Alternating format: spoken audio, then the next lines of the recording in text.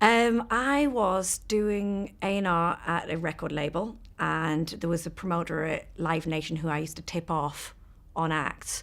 So when they were looking for somebody to come in as a new promoter, he said to Stuart Galbraith at the time, you should interview Kelly. She'd be a great promoter. She does a club night too, and she tips me off on a lot of stuff and is very passionate about music and has been talking about getting into the live side of things.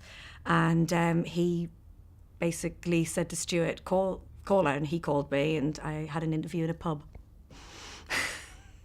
And that's how I started. And they gave me the job a week later.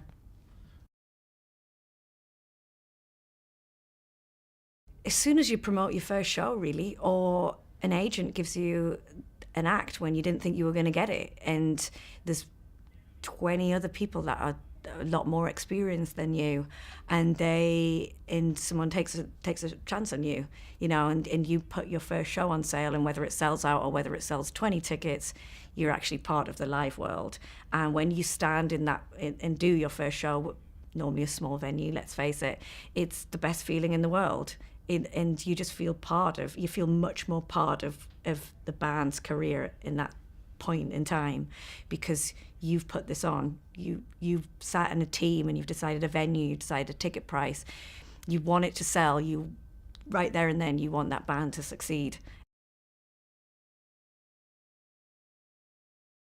When you take an artist from 150 capacity space and watch it grow through album cycles, and you go from your 150 capacity to your 500 to your 800 to your 2000 to your 5000 and then to an arena, and you've believed in that act from the beginning, and you may have lost some money along the way, you may have shed some tears along the way, but you've got there, and that's a proud moment.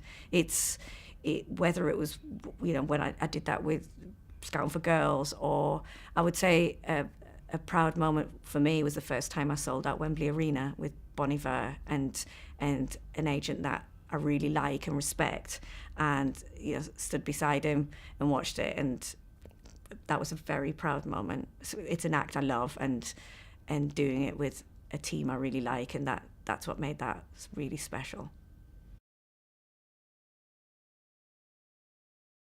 In the last few years, I've worked with Shane Bourbonnais, who was the president of talent for Europe. He used to head up Canada for Live Nation, has been here a very, very long time. And I would say I look up to him, and I even answer emails in the same way he answers emails these days. But he's always believed in me and always give me advice, and working alongside him he's somebody that you're a team, you're part of the team. It's not just Kelly from the office, or Kelly's working on that bit. It's like Kelly's big part of my team. She's been running this. So he's definitely would say he's been my mentor. What advice? Get your sleep now, because you're not going to get any for a while. You've got to love music. You've got to live and breathe music. So my advice would be get out to as many gigs as you can possibly go to. Try and sneakily have a look on the guest list and see who else is in the gigs that you might want to meet.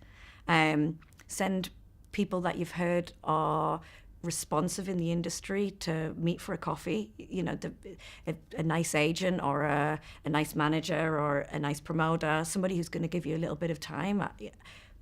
Quite often I get emails and asking if I'll meet somebody for a coffee. They're trying to get in, and 9 times out of 10 I'll say yes. I'm a big believer in bringing people up in the industry. I want to see new blood. I want to see people who are hungry. So my advice would be ear to the ground, know about music, email, find out who a promoter is or an agent is, and tip them off on a band. Say, I've been to see this band 10 times in Leeds. They've got this great following. I found out who the manager is. What do you think? And they're like, who's this kid? And that is how you get in. You've just got to keep plugging, but find out who the right people are, because that's key. And the ones that are going to, like I said, the ones that are going to be responsive and give you advice and try and help you, and maybe even give you a shot, whether it's a month in the office shadowing them, or a guest list to one of their gigs and introducing you to somebody. people always tend to remember the nice people or the people who'll give them some information.